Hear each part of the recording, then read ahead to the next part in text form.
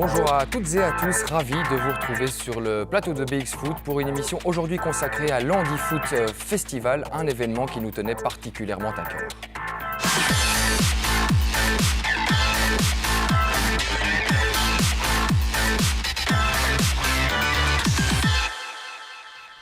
Et pour évoquer cette actualité, on accueille aujourd'hui en plateau un visage bien connu de notre émission. C'est Marc Rosens, le général manager de l'Union belge de football, qui est assis aujourd'hui à côté de Florence Hock, chargée de projet du côté de l'ACFF. Et enfin, une autre tête bien connue de notre émission aussi, c'est le président du Brussels Football, Benjamin Vasseur. Bonjour à tous les trois. Merci d'avoir accepté notre invitation. Merci d'être là parmi nous aujourd'hui. Alors, nos téléspectateurs l'auront compris, sur notre plateau, il y a les trois instances du football francophone et bruxellois. Je veux évidemment parler de l'Union belge de football, de la CFF et du Brussels Football. Ce n'est pas un hasard puisque ces trois instances sont à la base de l'organisation de l'Andy Foot Festival.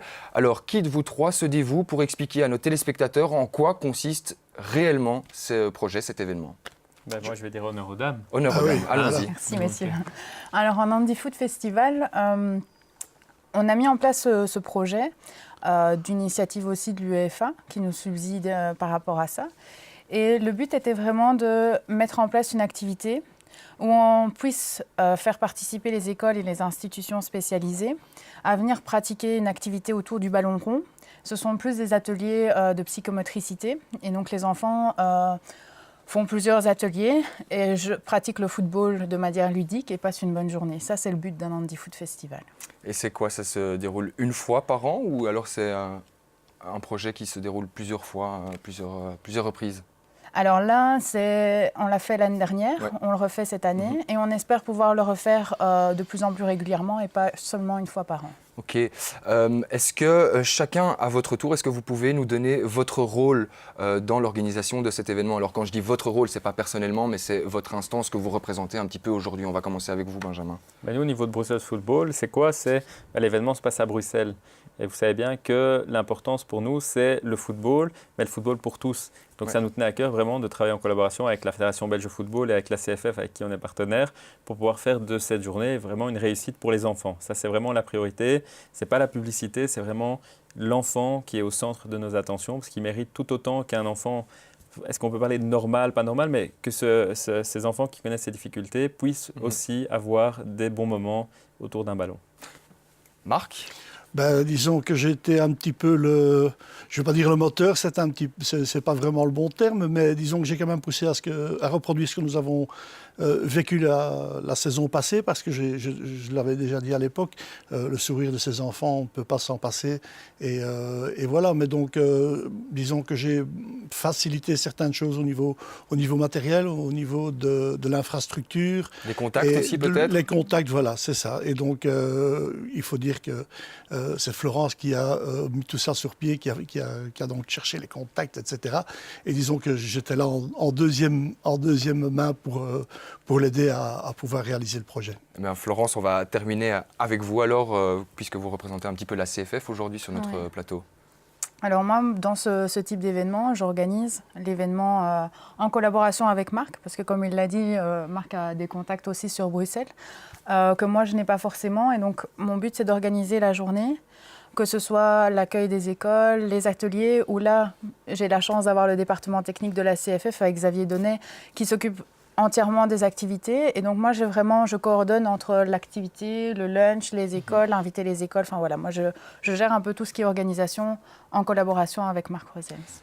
Florent. Le quatrième acteur, je t'interromps Kevin, mais le quatrième acteur, franchement, il faut qu'on le mentionne. Bien sûr. C'est quand même le ministre des Sports francophone, le ministre Madran, qui nous a permis de réaliser ça.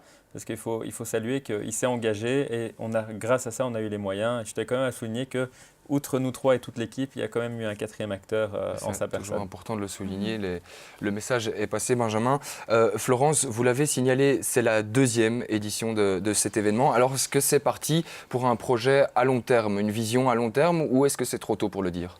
Ah oui, le but, que ce soit la CFF avec l'Union belge, parce que c'est vraiment un projet commun, le but est vraiment d'aller sur le long terme, d'espérer pouvoir un jour avoir une compétition. Alors, on va commencer par des handi-foot festivals pour sensibiliser et on espère arriver à avoir quelque chose de concret qui dure dans le temps et qui soit rodé et qu'on puisse mettre en place un partenariat entre les écoles et les institutions et les clubs de foot, en tout cas pour Bruxelles, pour qu'ils puissent avoir un partenariat, aller s'entraîner au club et pouvoir justement favoriser le football pour tous et leur permettre de pratiquer le football. Avant de voir le sujet concocté par notre journaliste Raphaël Blanc-d'Amour, de quel handicap finalement on parle aujourd'hui? Alors dans le handi-foot festival, c'est principalement du handicap mental. Maintenant, on sensibilise à tout type de handicap, que ce soit moteur, que ce soit visuel, le cécifoot. Donc voilà, ça, on essaye vraiment de mettre en avant toute forme de handicap, pas uniquement se concentrer sur un type de handicap. Justement, le cécifoot, c'était l'une de mes relances, ça connaît un vrai essor ces dernières années. Est-ce que vous vous en inspirez? Est-ce que vous travaillez étroitement avec les personnes qui s'occupent du cécifoot ou est-ce que c'est complètement indépendant de ça? Non, en fait, la Ligue handisport francophone gère au niveau du cécifoot. Okay. C'est leur domaine de compétences. Nous, on travaille, c'est notre partenaire, un de nos partenaires principaux dans le projet. Et donc, on travaille en collaboration avec eux pour justement les aider à développer le cécifoot. Quand nous, on fait une manifestation, pouvoir aussi leur laisser l'opportunité de présenter le cécifoot, avoir peut-être une démonstration. Donc, c'est important, on travaille ensemble parce que promouvoir le handi-foot, c'est toutes les formes de handicap. Ouais. Donc c'est important pour nous et de soutenir le handicap mental et de soutenir le cécifoot. C'est vraiment important de s'élargir et de soutenir tout type de... Benjamin, cet événement, c'était un événement finalement ouvert à tous. C'est ce que Florence vient un peu de nous dire là. Ça veut dire quoi? Qu'on fait abstraction de l'âge, du sexe, de la situation sociale de chacun? Ben oui, c'est vraiment le sport pour tous ici. Et donc dans ces institutions, on a vraiment des enfants qui sont en très bas âge, jusqu'à des enfants. Est-ce qu'on peut encore parler d'enfants si finalement, non, ce sont déjà des adultes, mais à cause de leur handicap, oui, ça se peut qu'ils soient encore un peu en adolescence ou quoi que ce soit. Et donc, c'était chouette de voir tout ce type de population en train de vivre cette passion. Et rien qu'en remettant les médailles, Marc l'a dit, quand on leur met les médailles, ils ont de la joie, leurs yeux pétillent, limite ils pleurent, ils sont tristes. C'est la beauté du sport et du football ici. Et souvent, ils faisaient même un câlin, on remet la médaille, ils sont heureux. Mais ça n'a pas de prix. Non, franchement, ce genre d'initiative, ça touche beaucoup et c'est important. Eh bien, je vous propose maintenant de voir les dessous de cette activité avec notre journaliste Raphaël Blanc-d'Amour qui s'est rendu sur place pour BX Foot.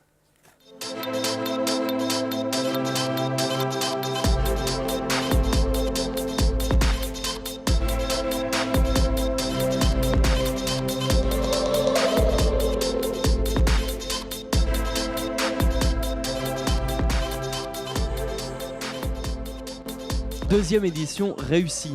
Pour la seconde fois à Bruxelles, l'Handi-Foot Festival était organisé par le Brussels Football, la CFF et l'URB SFA. Et depuis l'an passé, le bouche à oreille a fonctionné. Et si certaines institutions étaient là pour la première fois, d'autres revenaient, et cette fois-ci avec encore plus d'enfants. Et on frappe tout seul. Oh là là, magnifique! C'est intéressant pour nous pour avoir des idées d'exercices, plus spécifiques foot évidemment, et pour les enfants, c'est vraiment somptueux. Je lui disais, ils ont l'impression d'être au Parc des Princes avec 30 000 spectateurs. Le maître mot est donc le plaisir, et pour les éducateurs, l'enjeu est avant tout d'utiliser le football comme un médium pour donner des repères spatiaux et renforcer la motricité des footballeurs d'un jour. Le plaisir que ces enfants, ces adolescents ou parfois ces adultes prennent à jouer avec le ballon, à découvrir au travers d'ateliers un peu techniques mais surtout ludiques. C'est, je pense, notre rôle et notre seule ambition aujourd'hui en tout cas. Une initiative que les organisateurs souhaiteraient voir se développer davantage sur le territoire belge. C'est important aussi de pouvoir essayer de mettre en relation les clubs de football qui ont des infrastructures qui sont inoccupées la journée et des institutions ou des écoles qui souhaiteraient pouvoir justement pratiquer le football durant la journée, ce qui pourrait très bien se combiner. Un appel donc lancé aux clubs de Belgique et aux institutions spécialisées pour que le football soit davantage accessible à tous. Ce vendredi, ils étaient plus d'une centaine de footballeurs. Marc, quel est votre ressenti après cette deuxième édition de l'Handi-Foot Festival? Qu'il faut absolument continuer. En fait, cette activité fait partie du projet Nobody Offside. Et j'aime bien ce terme Nobody Offside. Il est clair que nous devons vraiment nous occuper de tous les enfants, et aussi des enfants qui n'ont pas la chance que la majorité ont. Donc il faut faire des choses et ici encore, Benjamin l'a dit, notre récompense a été le sourire, les câlins de ces enfants qui étaient vraiment spontanés et voilà. Donc ce que nous voulons aussi, c'est évidemment que cela continue au niveau des écoles et par exemple, nous avons remis à chaque école présente du matériel pour pouvoir continuer ces activités. Donc les accompagnants ont vu les exercices que nous avons présentés lors de l'activité et avec le matériel qu'ils ont reçu maintenant, ils pourront peut-être reproduire cela dans la salle de gymnastique, dans la cour de récréation. C'est ça l'objectif, Laurent, c'était aussi de donner des clés aux accompagnants, aux éducateurs qui étaient là sur place. Bien sûr, pour qu'ils puissent le mettre en place dans les écoles et les institutions, pour pas juste attendre un événement comme le Handifoot Festival pour leur faire pratiquer le sport, mais de pouvoir, avec une échelle, quelques dômes et quelques cerceaux, un ballon, pouvoir mettre en place des ateliers qu'ils ont vus, pouvoir les reproduire avec les enfants, parce que les enfants sont demandeurs. Et quelles sont les clés justement pour continuer dans cette voie, Benjamin, peut-être ? Pour continuer, il y a plusieurs facteurs. Il y a toujours le facteur un peu le soutien. Bien sûr. Donc c'est clair que dans ce domaine-là, c'est difficile peut-être d'avoir des sponsors, donc le soutien du politique ou d'autres associations est très important. Des médias aussi peut-être ? Les médias, on en reparlera peut-être. Bon, ils étaient un peu absents malheureusement vendredi. Mais bon, oui, on peut en parler maintenant. Voilà, je veux être clair à ce niveau-là. Nous avons invité tous les médias qui s'intéressent au football. Ce que je trouve dommage, c'est que lorsqu'il y a un malheureux incident sur le bord d'un terrain, qu'il s'agit d'agression ou que sais-je, on n'en fait que dans tous les médias. Ici, nous avons besoin de communiquer pour un petit peu réveiller les clubs de foot aussi, pour leur dire, voyez, ce qu'on peut faire avec les enfants, pourquoi dans chaque commune ne peut pas organiser des initiatives pareilles. Il faut en parler, il faut que ça se sache, et donc la communication est importante. Ici, une chance que nous avons notre propre moyen de communication pour en parler, parce que force est de constater que nous avions invité pas mal de médias, et ils brillaient par leur absence, et donc j'insiste aussi, parce que c'est important. Pas pour se montrer, pas pour qu'on montre ce qu'on fait, etc. Ça, il faut le mettre sur le côté. Mais surtout pour communiquer vers tous les gens qui organisent des activités football, pour dire, voilà, il y a moyen de faire cela. C'est pas vraiment compliqué. Comme on l'a dit ici dans le reportage, les terrains sont libres pendant la journée, en semaine. Donc, il y a peut-être moyen de mettre cela à disposition des écoles, des institutions, peut-être avec l'un ou l'autre entraîneur diplômé, permettre aux accompagnants de faire des activités sur la psychomotricité, etc. Et donc ça, c'est important. Je crois que la communication est très importante. Et là, je regrette un petit peu le manque d'intérêt. Ça veut dire quoi ? Ça veut dire que 0 média était présent lors de cette journée ? 0 média. À part BX1. Voilà. À part BX1, bien entendu. Mais un point important, Kevin, que par rapport à ta question, qu'il fallait souligner, c'est aussi que ce genre d'événement permet aussi de mettre des gens en contact. Un exemple, il y avait la FEMA qui était présente, qui nous a soutenus. Ils ont pu discuter avec Jean-Louis Losfeld, qui est le manager des cadres au niveau de la formation des cadres. Ils ont pu discuter et il y a peut-être un projet de réflexion pour voir si on ne peut pas donner un module supplémentaire ou voir un petit peu comment on peut former les entraîneurs de football à ce type d'enfants au niveau pédagogique, pour pouvoir les encadrer. Donc c'est vraiment là qu'on crée des opportunités aussi.